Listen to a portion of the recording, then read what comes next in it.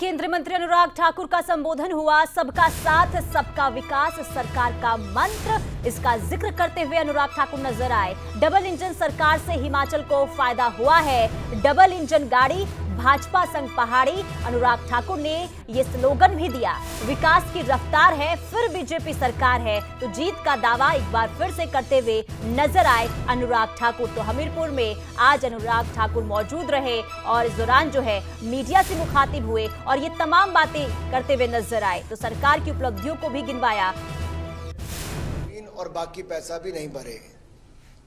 इसी तरह से ही बाकी प्रोजेक्ट हैं, चाहे हमीरपुर का मेडिकल कॉलेज ले लो, इसमें भी 3 साल जमीन देने में लगा दिए। कांग्रेस कभी हिमाचल प्रदेश के विकास के हित में नहीं थी, कोई बड़ा प्रोजेक्ट नहीं ला पाई। अगर आज भारतीय जनता पार्टी ने हिमाचल प्रदेश में जो चहुमुखी विकास किया है, चाहे गांव-गांव सड़कें बनाने से लेकर पनबिजली परियोजनाओं से लेकर आज 1470 करोड़ रुपए का एम्स इंस्टीट्यूट और मेडिकल कॉलेज, सबसे आधुनिक और बेहतर सुविधाओं वाला हमने बिलासपुर में बनाया, तो हाइड्रो इंजीनियरिंग कॉलेज भी 4 साल में पूरा करके दिखाया है। हमीरपुर में मेडिकल कॉलेज लगभग बनकर तैयार हो गया, IIIT ऊना में बनाकर दे दिया, सेंट्रल यूनिवर्सिटी का काम शुरू करा दिया, IIM सिरमौर बना दिया, IIT मंडी बना दिया, ESI का अस्पताल 1000 करोड़ का बनाकर दे दिया और दौलतपुर चौक तक भी ट्रेन ऊना से पहुंचा दी। ना केवल ट्रेन पहुंचाई, मोदी जी की सरकार में चाहे महाराष्ट्र के लिए हो, गुजरात के लिए हो, कलकत्ता के लिए हो, राजस्थान के लिए हो या दिल्ली और सहारनपुर के लिए हो, ट्रेनें भी चलाई और देश की सबसे आधुनिक तेज रफ्तार से चलने वाली आरामदायक ट्रेन वंदे भारत एक्सप्रेस भी स्वयं प्रधानमंत्री नरेंद्र मोदी जी ने एक बड़ा तोहफा ऊना से दिल्ली के लिए दिया है। भाजपा का दूसरा नाम अगर कहा जाए विकास जहां पर आता है तो भारतीय जनता पार्टी और के साथ देखा जाता है।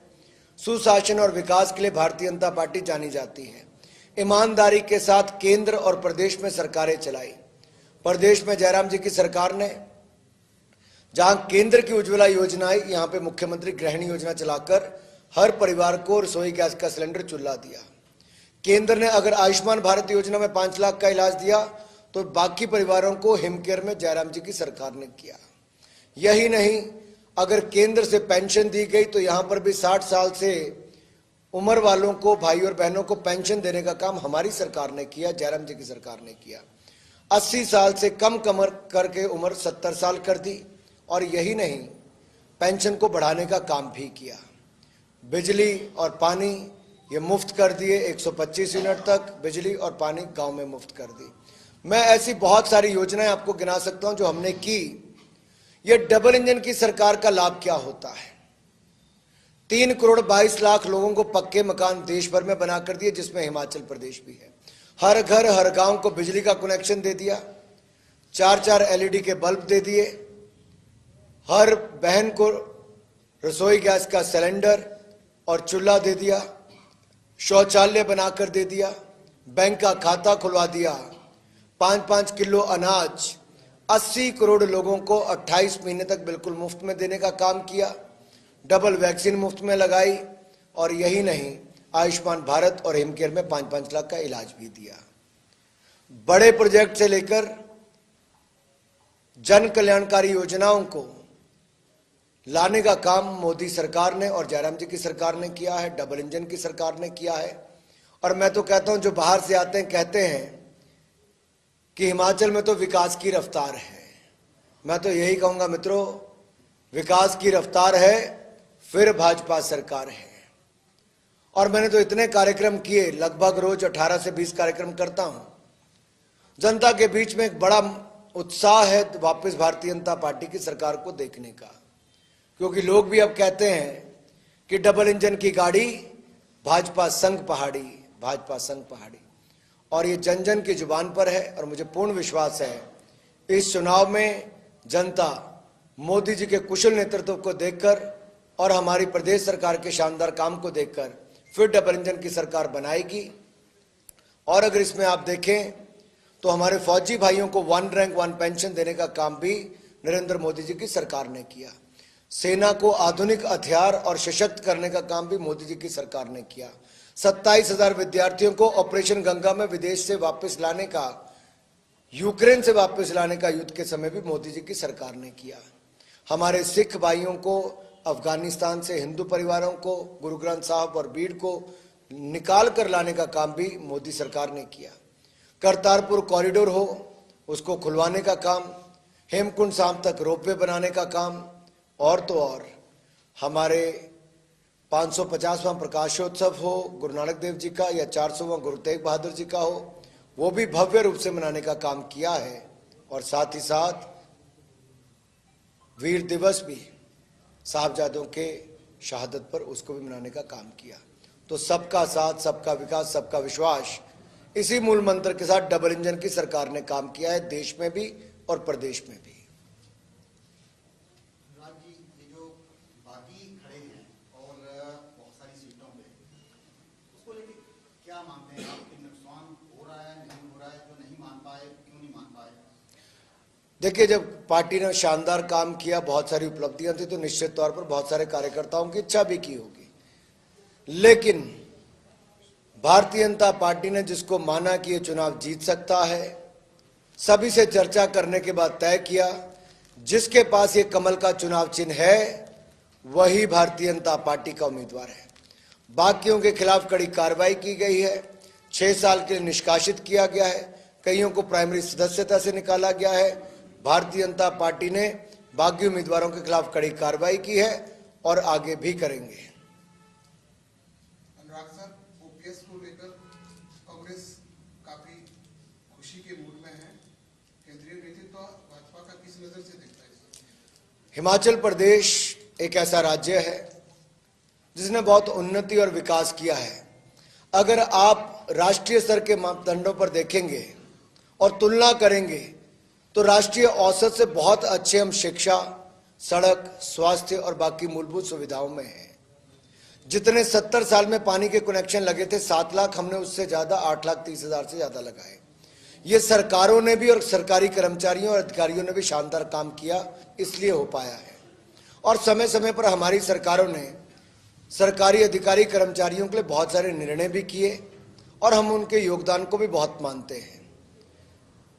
वन ओल्ड एज पेंशन की जब हम बात करते हैं तो कांग्रेस से मेरा सवाल ये है कि 2004 में ऐसी क्या कांग्रेस की मजबूरी थी, कांग्रेस की सरकार थी, जिन्होंने ओल्ड पेंशन स्कीम को रोल बैक किया था, वापस लिया था? क्यों लिया? इसका जवाब कांग्रेस को देना चाहिए। 2012 में आपकी फिर सरकार बनी, आपने फिर लागू क्यों नहीं की?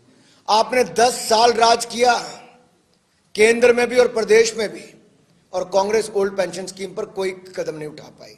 और कांग्रेस से मैं कहता हूं, इतना झूठ बोलने वाली पार्टी है कि उन्होंने पंजाब में कहा था किसानों के कर्जे माफ करेंगे, कांग्रेस साफ होगी, लेकिन कर्जे माफ नहीं हुए।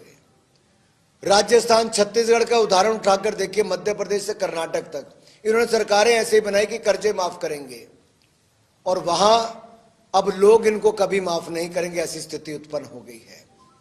इसलिए मैं कहना चाहता हूं, झूठी बातें और बड़े बड़े वादे करने इनका काम हो सकता है, हमने जो कहा था उससे ज्यादा करके दिखाया है।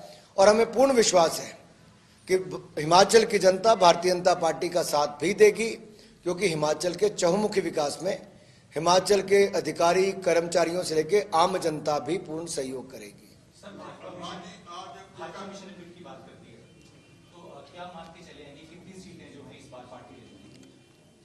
जितनी हमारी पिछली बार सीटें थी उससे ज्यादा ही जीतकर हम सरकार बनाएंगे। अगर 2014 में मोदी जी की सरकार बनी 282 सीटों के साथ, तो 2019 में 303 सीटें जीते। उत्तर प्रदेश में हमने फिर वापस सरकार भारतीय जनता पार्टी की बनाई, इतिहास बनाया। उत्तराखंड में हमने वापस सरकार बनाई, मणिपुर में वापस सरकार बनाई, गोवा में तीसरी बार सरकार बनाई। तो डबल इंजन की सरकार को वापस लाने का ट्रेंड देश भर में है। ये हिमाचल और गुजरात में भी होगा, फिर कमल खिलेगा, फिर डबल इंजन की सरकार आएगी। अगला क्वेश्चन किसी और का, फिर वापस आपके पास आ गए।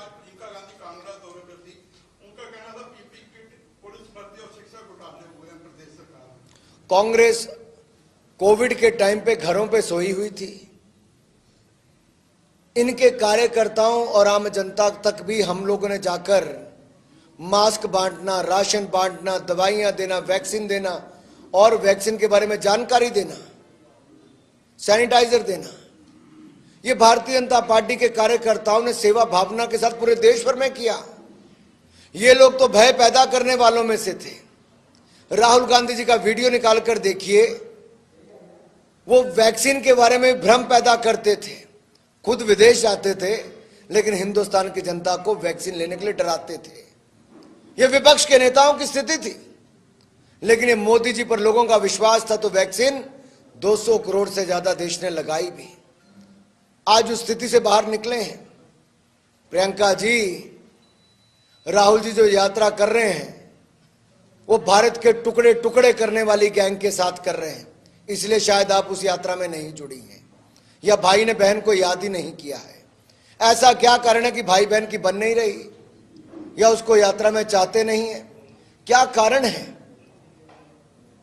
कि 1.5 महीना हो गया वो वहां कहीं दिखी नहीं, लेकिन जो पोस्टर लगाते थे a country without a post office, एक ऐसा देश जिसका नामो निशान ना हो, जो नारा लगाते थे देश के टुकड़े हो हजार इंशाल्लाह इंशाल्लाह, उनको साथ में यात्रा में लेकर चले हैं। ये कांग्रेस का असली चेहरा दिखाता है। सर, एक बात उठी है बीते 1-2 दिनों से कि अंतिम ब्रह्मास्त्र के रूप में कुछ विजन डॉक्यूमेंट में कल जो मोदी जी आ रहे थे सुंदरनगर में, तो कुछ कर्मचारियों को लेकर कोई बड़ी घोषणा कर सकते हैं, कुछ आपके पास ऐसी जानकारी?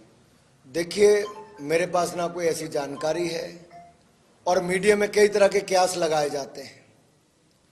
हम विकास और जन कल्याण, भाजपा की पहचान विकास और जन कल्याण, इसके लिए हमने लगातार काम किया है, आगे भी करेंगे।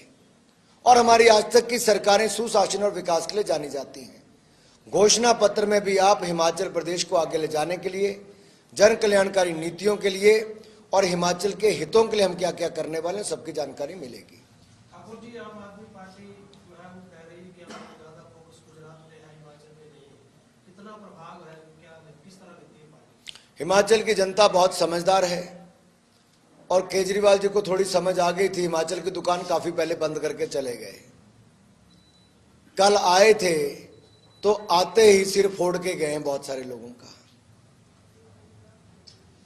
सोलन में जो हुआ वो देवभूमि में इस तरह से चुनाव नहीं होते हैं जी।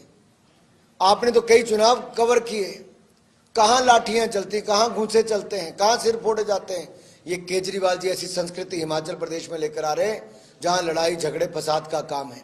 पंजाब में इनकी सरकार आई, 3 महीने में 70 से ज्यादा लोगों की हत्याएं हो गई। 3 महीने में 70 से ज्यादा लोगों की हत्याएं, कानून व्यवस्था चरमरा गई। और वही हाल ये हिमाचल का करना चाहते हैं, वही हाल ये गुजरात में जाना चाहते हैं। ये लोग अराजकता के प्रतीक हैं। ये अरविंद एड पार्टी तो है ही, जो कोविड के टाइम पे भी 1000 करोड़ रुपए की एडवर्टाइजमेंट करे। आप कल्पना कीजिए, इनके मन में अपनी छपाई दिखती है कि अखबारों में छपना दिखना है, जनता की भलाई नहीं दिखती है।